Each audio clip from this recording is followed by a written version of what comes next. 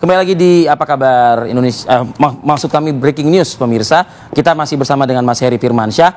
Mas Heri, ini kita bukan berandai-andai sih Mas, tapi lebih kepada kalau misalnya hakim tunggal membacakan menerima, misal gitu ya, itu status terhadap Peggy Setiawan sendiri seperti apa?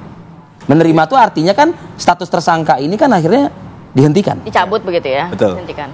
Ya, ini kalau bicara praktik kita nggak bisa membacanya hanya dari satu poin ya, karena bahkan ada beberapa amar putusan hakim yang harus kita cermati. Kalau tidak mengunci, misalnya bahasa saya mengunci ya, mengunci misalnya terhadap yang bersangkutan, alat bukti yang sudah diajukan itu tidak boleh dipergunakan lagi dalam perkara apapun, maka selamatlah itu. 100% kita yakin tidak akan terbuka lagi peluang untuk mentersangkakan Seseorang. kesekian kalinya bagi seseorang, termasuk kasus Peggy Setiawan. Tapi kalau tidak harus persis sama katanya seperti itu. Tapi kalau tidak ada kalimat itu, bisa terjadi pada praktiknya ada lagi sprindik baru yang dikeluarkan dengan dalil yang Ada contoh diajukan, dan yang itu pernah sudah terjadi? ada presiden lah dalam dunia hukum yang bisa diajukan. Kalau saya tidak salah, mohon maaf nih, namanya juga manusia bisa salah ya. Kasus Setia Novanto itu pernah 2 kali diuji. Itu dia pra-peradilan. Pertama menang, kemudian kedua kalah. Tapi kan berarti ini diulang lagi kan, sprindik baru dikeluarkan. Apakah kemudian ada catatan-catatan yang harus dilengkapi saja? Itu bisa saja kemudian tersangkanya dihentikan dulu agar proses ini diperbaiki dulu oleh tim penyidik. Nah, ini kan tidak mengatakan secara tegas bahwa berhentilah penetapan tersangka seseorang. Nah, ini kita harus menganalisa secara cermat kata demi kata dalam amar putusan tadi. Ini nanti ini ya. Jadi jangan hanya mengatakan bahwa penetapan tersangkanya dihentikan. Lihat dulu poin-poin yang lainnya. Karena saya pernah menemukan fakta itu ketika jadi ahli di pra-peradilan di perkara yang lain di daerah Jakarta juga. Jadi ketika saya cek, saya lihat ternyata putusannya bunyinya demikian. Nah, ini berarti tegas nih hakimnya. Berarti nggak boleh lagi, karena dia sangat paham kalau ini tidak ditegaskan dalam amar putusan, maka ini akan kemudian bisa jadi tidak boleh lagi itu maksudnya apa Mas Heri? Bagaimana? Ya, Anda tadi mengatakan tidak boleh lagi nih gitu, seperti itu. Maksudnya tidak boleh lagi ditetapkan tersangka begitu maksudnya? Iya, demi kepastian hukum harusnya kan. Ini kan kalau bicara penetapan tersangka dalam KUHAP itu nggak diatur sampai kapan berakhirnya. Jadi sampai kiamat nanti statusnya akan melekat. Ini jadi persoalan.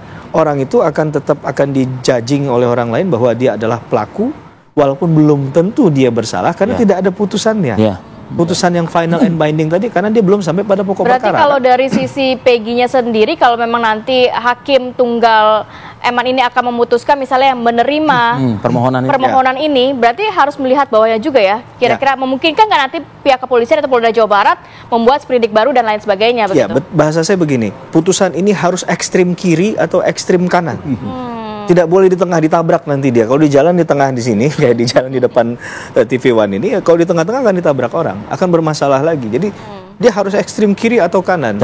Harus jelas posisi. Biasanya apa yang membuat hakim ini, kalau berkaca dari kasus-kasus yang Mas Heri pernah tangani di pra-peradilan lain begitu ya, membuat hakim ini kok ngambil keputusannya di tengah, nggak ekstrim kanan, ekstrim kiri? Nah, ini saya belum belajar ilmu memahami keyakinan di dalam seseorang. Kembali lagi keyakinan dari hakim karena sendiri itu pribadi, sifatnya sangat individual. Mungkin hanya dia dengan Tuhan yang tahu ini nuansa kebatinannya. Bahkan mungkin ketika dia memutuskan sesuatu, mungkin saja masih bertentangan dengan nuraninya, kita pun nggak tahu kan. Berarti intervensi dong. Nah, ya karena itu kita minta mudah-mudahan bahasanya bukan bahwa ini hanya terbaik untuk Indonesia, bahwa perkara apapun yang diputus oleh hakim itu tidak kaitan dengan para pihak, tidak ada, tapi langsung kepada Tuhan, karena amar putusan hakim itu kan demi keadilan berdasarkan ketuhanan. Berkali-kali kan hakim tunggalnya Eman Soleimani mengatakan saya tidak ada kepentingan di kasus ini seperti itu. Gitu. Ya, itu statement artinya kayaknya nggak di tengah-tengah seharusnya kan? Ya, kalau seharusnya itu kan bisa kita perdebatkan. Ilmu keyakinan ini tadi. Tapi saya melihat dari aura positifnya saja, bahwa beliau berusaha memberikan kesempatan maksimal. Itu nilai standar dasar menurut saya dalam pemenuhan hak setiap orang. Bahkan itu yang bisa kita judging, yang bisa kita nilai secara visibilitas. Dia memberikan kesempatan itu. Hakim Eman juga sempat menyatakan tidak akan mengambil keputusan untuk kebaikan seluruh rakyat Indonesia begitu ya.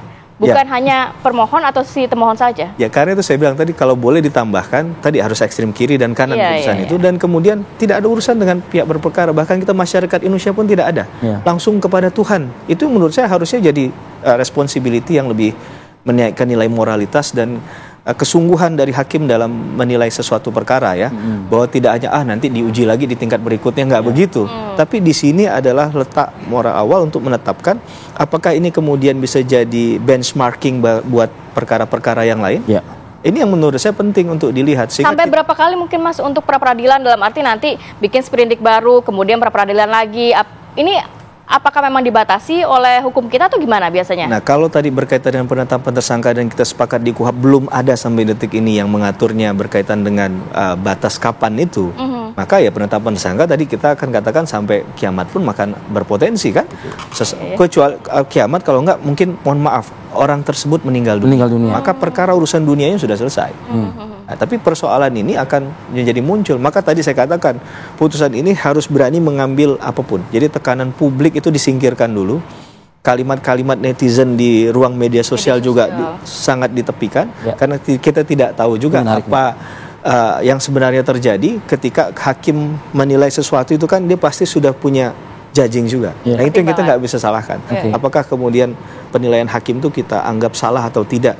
Karena kita banyak juga yang kadang terbatas informasinya terkait sidang ini. Contohnya misal perdebatan antara Robi dan Peggy saat itu, yang ketika ada saksi fakta yang dihadirkan oleh tim kuasa hukum, itu kan kita nggak tahu wajah Robi itu yang mana, Peggy yang mana. Kalaulah kemarin saya misal jadi kuasa hukum, saya akan tunjukkan juga fotonya. Apakah Robi yang ini yang Anda lihat pada malam itu atau Peggy yang ini, sehingga seluruh rakyat Indonesia termasuk saya dan kita semua tahu. Oh, ini berarti memang Peggy yang pada saat itu. Nama absurd jadinya. Kan, Peggy yang kita saat itu berarti kita nggak berdebat. Ini wajah orang yang sedang ditersangkakan saat ini. Tinggal kita melogikakan kalau memang mau masuk kebenaran materialnya, jeda waktu ketika dia pulang mengantarkan si saksi tadi mau pergi ke Cirebon. Dan ketika dia pulang, memungkinkan nggak ini kemudian terjadi di durasi itu ada tindak pidana yang terjadi, sehingga kita tidak kemudian berdebat lagi ini error in persona atau bukan. Walaupun masih ada ruang lagi celah kalau mau kita buat kasus hukum ini, tinggal dalilnya aja yang dicarikan. Menurut saya kalau kita mau bertahan pada keyakinan kita tinggal carikan dalilnya. Itu juga yang sebaliknya. Mas Heri, bergeser Mas, memang yang ditunggu-tunggu adalah putusan begitu ya, tapi saya ingin bergeser ke sekali lagi bukan berandai-andai sih, tapi kita penyidik lah mungkin ya, ke penyidik gitu. Apalagi berkaca dari kasus Setia Novanto tadi ini sebagai contoh gitu ya. Di pra peradilan pertama hakim menerima permohonan, tapi ada kemungkinan penyidik KPK ya dalam hal ini ya, itu mengeluarkan sprindik baru. Apa yang bisa menjadi satu kekuatan sprindik baru ini untuk menetapkan kembali orang sebagai tersangka? Artinya ada alat bukti baru kah atau seperti apa?